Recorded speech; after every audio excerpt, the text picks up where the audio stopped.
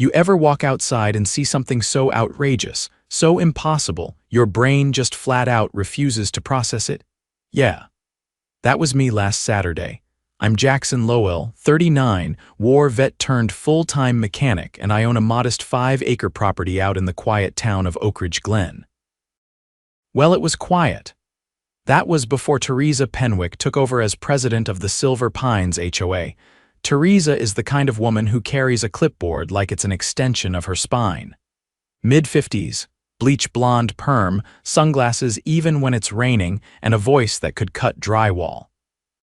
She's the queen of "you can't park that here, and your trash bins are visible from the street." You get the picture. Now, technically, I'm part of the HOA because my house falls just inside the Silver Pines district line.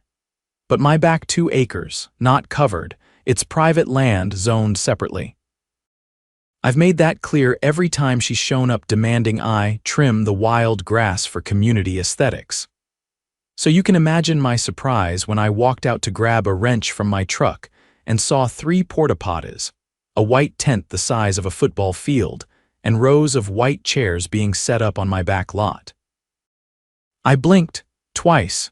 There were caterers unloading trays, a DJ testing sound, and a guy in a tux yelling into a headset. My lot looked like the cover of a wedding magazine. I marched up to the nearest guy in a polo shirt who looked like he was in charge. "Hey, what the hell is this?" I barked. He looked up from his clipboard. "You must be the property owner. Yeah, we're all set for the Penwick wedding. Bride wanted a rustic vibe. You've got the perfect space." I stared. "The what wedding?" As if summoned by rage itself, Teresa swept onto the scene in a lavender pantsuit, barking orders like she was directing a Broadway show. "Oh, Jackson, there you are," she said, not even pretending to look guilty. "I knew you wouldn't mind. You weren't using this land anyway. You're hosting a wedding on my land," I said, my voice rising. "Without asking me," she waved a hand like I was being silly. "It's for my daughter. It's just one day. You should be honored. Besides, it's part of the neighborhood aesthetic." "It's not part of the HOA," I snapped. "This land's private. I told you that 3 times already."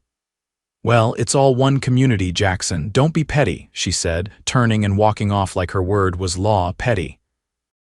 I stood there in stunned silence as 200 folding chairs were lined up on my grass. A makeshift bar was being built. Some guy even backed a food truck onto my driveway. That was the moment I decided she wasn't just going to regret this. She was never going to do it again. I didn't say another word. I didn't yell at the caterers, didn't tear down the tent, didn't start waving my deed around like a flag. Not yet. Instead, I spent the next few hours doing what I do best, paying attention. See, I'd upgraded the old tool shed near the tree line last summer, solar panels, backup batteries, the whole deal. I'd installed a few discrete trail cams around it too, mostly to keep an eye on the deer trampling my vegetable patch. Funny thing about trail cams, once you've got them, you find a lot of reasons to use them. By sundown, I had 6 hours of footage. Trucks pulling in, event staff walking the grounds, 2 rented generators being wheeled across my grass. One shot even caught Teresa passing out envelopes to the security crew she'd brought in. I zoomed in just enough to see the logo on their uniforms. Not local, hired privately, no permits posted anywhere. I made a few calls. My buddy Marcus, who works code enforcement for the county, picked up on the first ring. "Lowell, tell me you're not calling because someone parked a golf cart in your driveway again. They're throwing a full-blown wedding reception on my parcel near the creek," I said. "Tents, speakers, catering, the works. No permits, no permission. It's not zoned for events." There was silence, then a low whistle. "You're kidding. Got video of them setting up. Want me to send it?" "Send everything. I'll loop in zoning and permits. If they didn't clear this, it's a dozen violations minimum. I can get the county planner involved too." That was step 1. Step 2 was a visit to the county assessor's office the next morning. I requested a certified property boundary map and had them stamp it. I also grabbed a copy of the HOA's Articles of Incorporation. Some of it was dry legal sludge, but one section caught my eye: Section 6, Limitations of Authority. Paragraph B made it crystal clear that the HOA's governance did not extend beyond the properties explicitly listed in their charter. Mine wasn't listed. That same afternoon, I visited the sheriff's office and filed a formal complaint for trespassing, unlawful use of private land, and unauthorized commercial activity. I handed over a thumb drive loaded with time-stamped footage. The deputy on duty raised his eyebrows when he watched Teresa giving what looked a whole lot like cash payments to the security team. "This was all done without your consent," he asked. "Never asked. Never informed. Just showed up and started building like they owned it." He leaned back in his chair. "You've got enough here for criminal charges, at least on the trespassing and illegal assembly, possibly more, depending on how the payments were handled. I want to press every charge that applies." He nodded. "We'll need a few days to process everything, but you'll get a case number by Monday." By the time Saturday arrived, I had everything I needed: certified maps, legal documents, recorded evidence, a formal complaint on file, but I wasn't done yet. You don't stop a snake by cutting off its tail, you go for the head. That afternoon, I called in a favor from an old friend, Claire Donnelly, who'd just been appointed assistant DA for the county. We served together overseas. She owed me one. I sent her the footage, the documents, and the complaint filed with the sheriff. Her response came in the form of a scheduled meeting Monday morning. She didn't make promises, but she didn't have to. What I brought her was solid, but Saturday evening, that was the moment everything shifted. The wedding itself was a spectacle. Hundreds of guests arrived in rented shuttles, flooding into my backyard like it was a destination resort. There was a string quartet, a dance floor, even a portable fountain that looked like it had been stolen from the entrance of a casino. I didn't stop them. I let it all happen, because I wanted Teresa to think she'd won. I watched from my porch with a cup of coffee and a camera recording from the eaves. I waited until the exact moment the speeches finished and the music started back up. Then I stepped onto the gravel path with a clipboard of my own, only mine didn't hold violations. It held affidavits, records, and a cease and desist order, freshly notarized. I walked straight to the DJ, handed him a copy, and told him he was now legally playing on unauthorized land and could be cited. He turned white, killed the music mid-song. A murmur rippled through the crowd. Teresa stormed over, heels stabbing into my grass like she meant to hurt the earth itself. "What do you think you're doing?" she hissed. "Enforcing my rights as a property owner," I said calmly. "Here's your official notice. And just so you're aware, the county has opened an investigation into this entire event." Her face drained of color. "You're bluffing." I stepped aside as two uniformed deputies walked up the path behind me, one carrying a folder. "We're not," one of them said. "Ma'am, we need to speak with you about the unauthorized use of this property." Guests were already pulling out their phones. The caterers froze mid-salad toss. Someone knocked over a champagne flute. "You're ruining my daughter's wedding," she said, her voice shaking now. "No," I said. "You did that when you decided laws didn't apply to you." The deputies didn't cuff her, not yet, but they separated her from the crowd and started asking questions. I didn't have to say anything else. The bride, who I'd never met, came over 10 minutes later with tears in her eyes and apologized. I told her I didn't blame her. She looked like she'd just been told her mother burned down a church. The guests left in waves. The DJ packed up first. The caterers boxed up everything and drove off without saying a word. The security team disappeared the moment the deputies showed up. By midnight, my land was quiet again. Littered with paper lanterns and half-eaten cake, but quiet. Sunday morning, I walked the grounds with a notepad documenting property damage. Tire ruts from the food trucks, a cracked irrigation pipe, deep gouges near the tree line where they'd dragged in the dance floor. I sent the full report to Claire, along with photos. Monday, the county issued a citation for unauthorized commercial use of private land. Then came the fine, $27,000, and that was just the start. Claire hit me up later that week. You want to know the kicker, she said over the phone. Turns out Teresa filed a forged permit request, claimed the land was HOA owned, signed it herself but used an old HOA board member's name. I felt the air still in my lungs. That's fraud, I said slowly. Yup, Class D felony. She's facing formal charges. I didn't laugh, but I did feel something close. Monday afternoon came with a knock on my door, not from a friend, not from a deputy, but from a man in a tailored brown suit carrying a leather portfolio and a badge clipped to his belt. He introduced himself as Investigator Paul Garrison from the County Financial Crimes Division. Mr. Lowell, he said, stepping into my foyer after I invited him in. We believe there's more to this than just a trespassing case. I led him to the dining table, where I'd laid out the rest of the documents, copies of the receipts I found crumpled near the makeshift bar, and a few shredded invoices I'd pulled from the trash pile beside the tent site before it was hauled away. I'd pieced them back together the old-fashioned way, like a puzzle. One of them had Teresa's name next to a wire transfer for over $12,000, paid to a company in Nevada I'd never heard of. Garrison leaned in to examine it, then flipped open his portfolio. This company isn't licensed to operate in this state, he said. It's also connected to a shell corporation used in 3 other cases we've been investigating. All of them involve unreported cash transactions and HOA embezzlement. He tapped the edge of the document. You may have just handed us the missing link. I didn't say anything, just nodded once and leaned back in my chair. He stayed for another hour, asking questions about what I'd seen and who I'd spoken to. When he left, he took the documents, the flash drive, and the reconstructed invoices with him. By Tuesday morning, word had spread through Oak Ridge Glen like wildfire.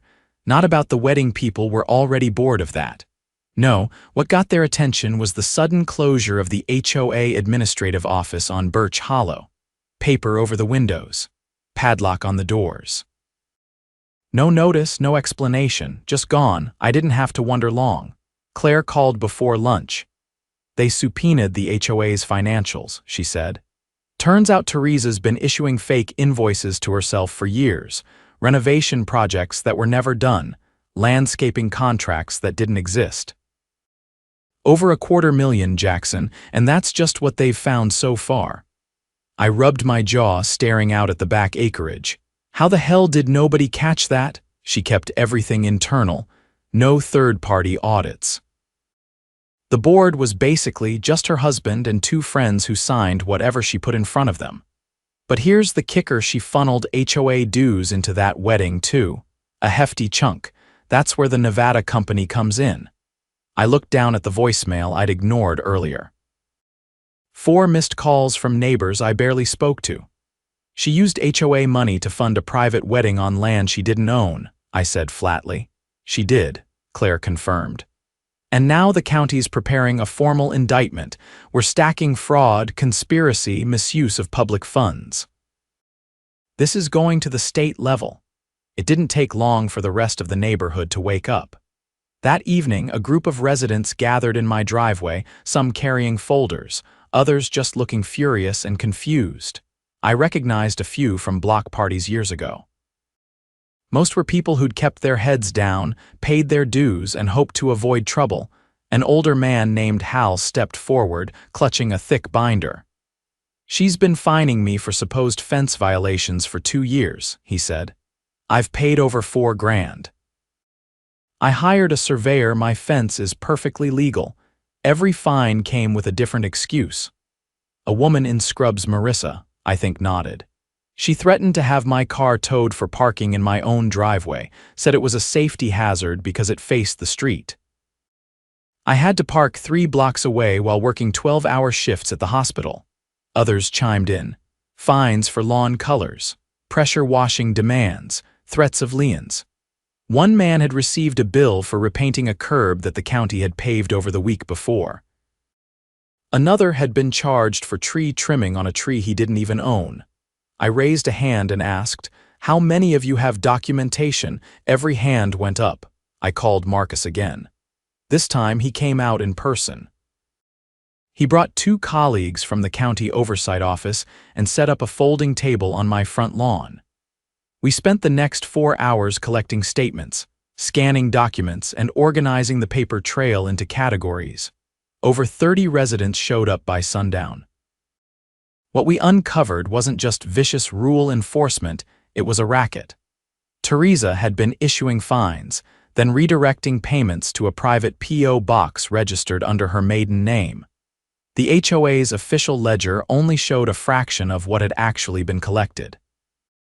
By Wednesday, the local news caught wind. A crew from Channel 7 parked across the street just before noon, filming while residents carried boxes of documents into the back of a county van. I stayed out of the spotlight.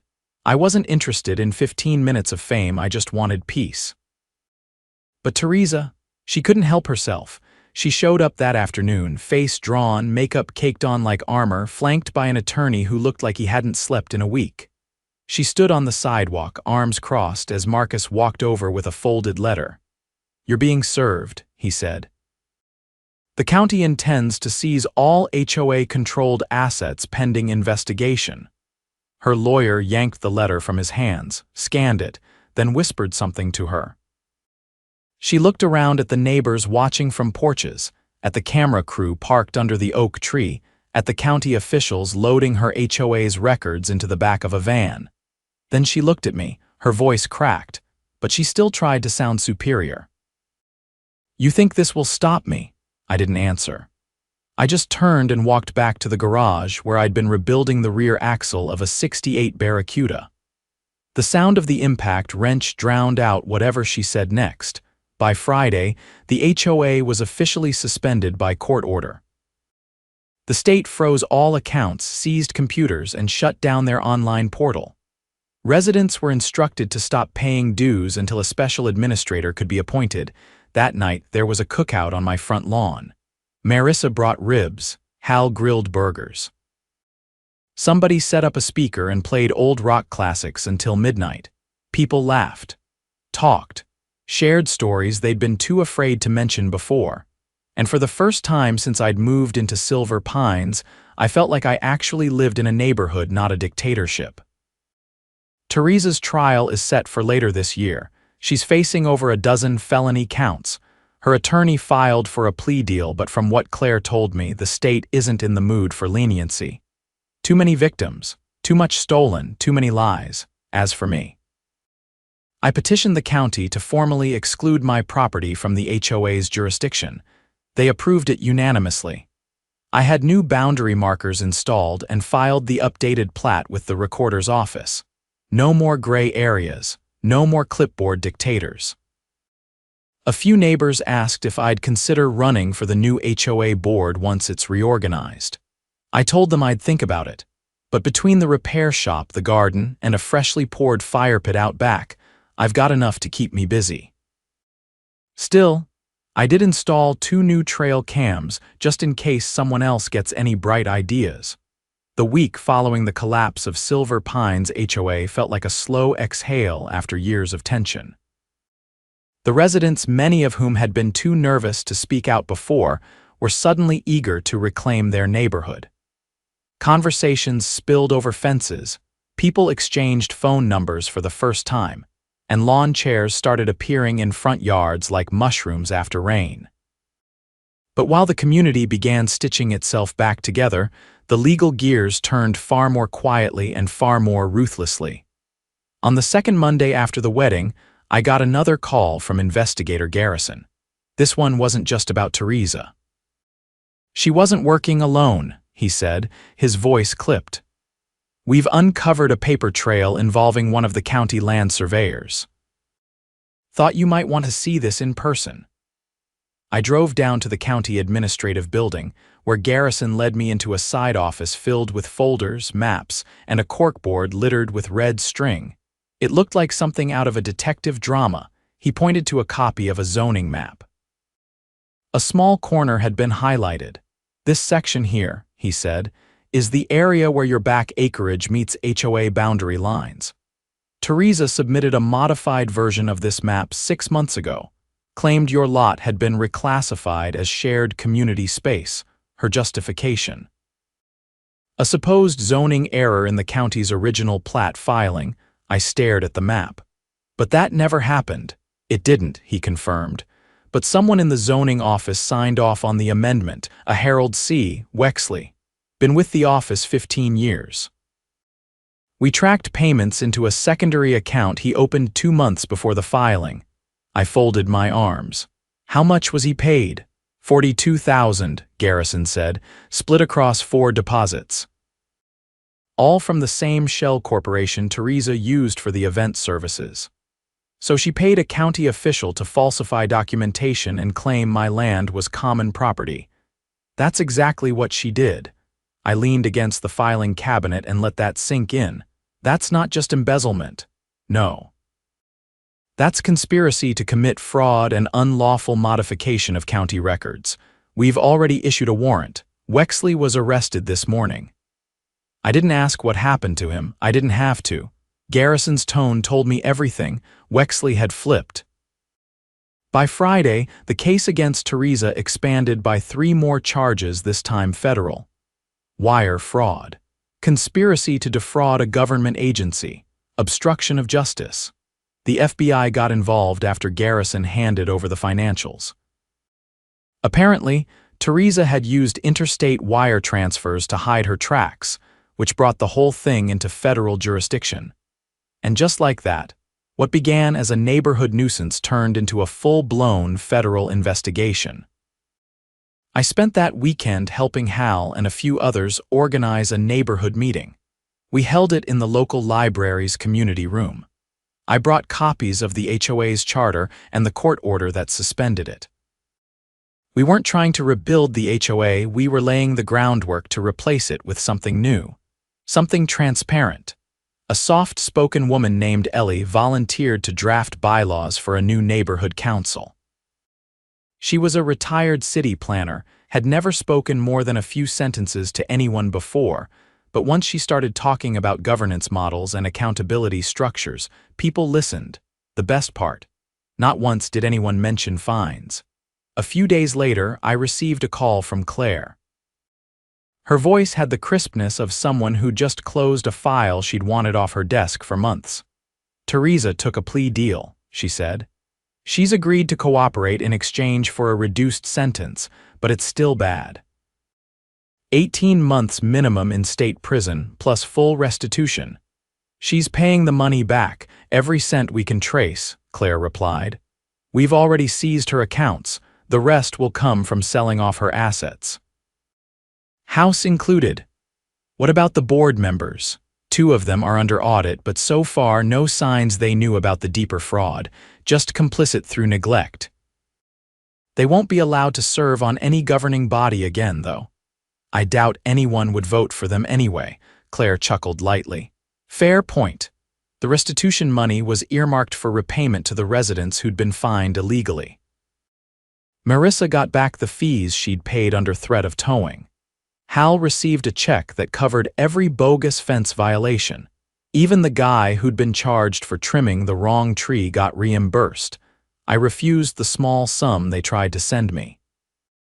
Instead, I submitted a request to have it redirected to a community improvement fund. Ellie added it to the council's first budget proposal. By the end of the month, the new council held its first election. No campaign signs, no glossy flyers.